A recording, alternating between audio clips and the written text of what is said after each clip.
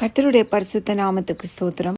ஒவ்வொரு கர்த்தருடைய பிள்ளையும் அல்லேலுயா ஆமேன் என்று அடிக்கடி நாம் சொல்ல வேண்டும். அப்படி சொல்லுவதனால் நாம் தேவனை தொழுது கொள்கிறோம் என்று அர்த்தம். ஏன்னா அல்லேலுயா என்பது பரலோகத்தில் சிங்காசனத்தின் மேல் வீற்றிருப்பவருக்கு துதி என்று அர்த்தம். அல்லேலுயா பரலோகத்தின் வார்த்தை. அல்லேலுயா என்பதன் அர்த்தம் உங்களுக்கு தெரியுமா? அல்லேலுயா என்பது எபிரேயத்தில் 2 வார்த்தைகளை கொண்டது. அல்லேலு மீன்ஸ் பிரேஸ், துதி. யா மீன்ஸ் யாவே, யாவேக்கு துதி, யாவே துதிக்கப்படுவாராக, praise the Lord என்று அர்த்தம்.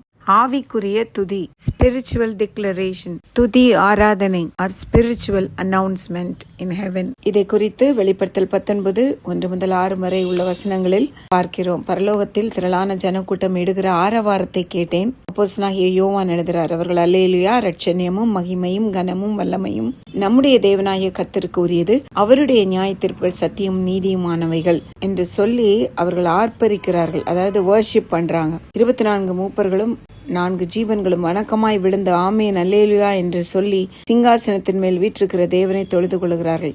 ஆனால் நாமோ அல்லேலுயா என்று சொல்லுவதற்கு மிகவும் தயங்குகிறோம். 2 good things will happen. ஒன்னு நம்ம பரலோக ஆராதனைக்கு நம்ம தயார் பண்ணிப்போம். ஏன்னா அங்க போயிட்டு ஓயாமல் துதித்து கொண்டே இருக்க வேண்டும். ஹார்ட் அயோட்டால இருந்து ஆர்கன்ஸ்க்கு போற பிளட் நம்ம கையை மேல தூக்கி சொல்லும் பொழுது பிளட் ஃப்ளோ சீரா இருக்கும். பிளேக் எதுவும் ஃபார்ம் ஆகாது, பிளாக் ஃபார்ம் ஆகாது. அதனால நம்ம அந்த கையை உயர்த்தி அல்லேலுயா சொல்லணும். நம்ம அல்லேலுயா சொல்லும் பொழுது பிசாசுகள் நடுங்கி அந்த இடத்தை விட்டு ஓடி போகும். கர்த்தர் மகிமைப்படுவார், பரலோகம் களி கூறும். அதனால் நம்ம ஒவ்வொருவரும் ஆராதனையில் மட்டுமல்ல, நம் வீட்டில் இருக்கும் பொழுது, எப்பெல்லாம் நம்மளுக்கு ஃப்ரீயா இருக்கும் பொழுது நம்முடைய கரங்களை உயர்த்தி அப்பொழுது நம்ம ஆண்டவரை துதிக்கணும். ஏன்னா பரலோகம் முழுவதும் துதித்து கொண்டே இருக்கும். பரலோகத்திற்கு நம்மை தகுதிப்படுத்தி கொள்ளுவோம். பரலோகத்தில் சத்துருக்கு இடமில்லை. துதிகளில் வாசமாயிருப்பவர் நம்முடைய பிதாவும் குமாரனும்.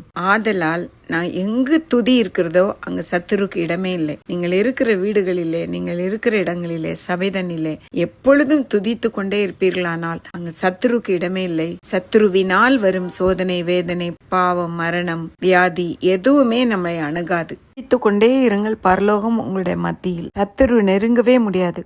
அல்லேலுயா ஆமேன் என்று கர்த்தருடைய வார்த்தைக்கு நீங்கள் சொல்ல வேண்டுமாய் உங்களை அன்பாய் பட்சமாய் கேட்டுக்கொள்கிறேன். தேவ சமாதானம் உங்களில் நிலைத்திருக்கட்டும். கர்த்தர் உங்களை ஆசீர்வதிப்பாராக.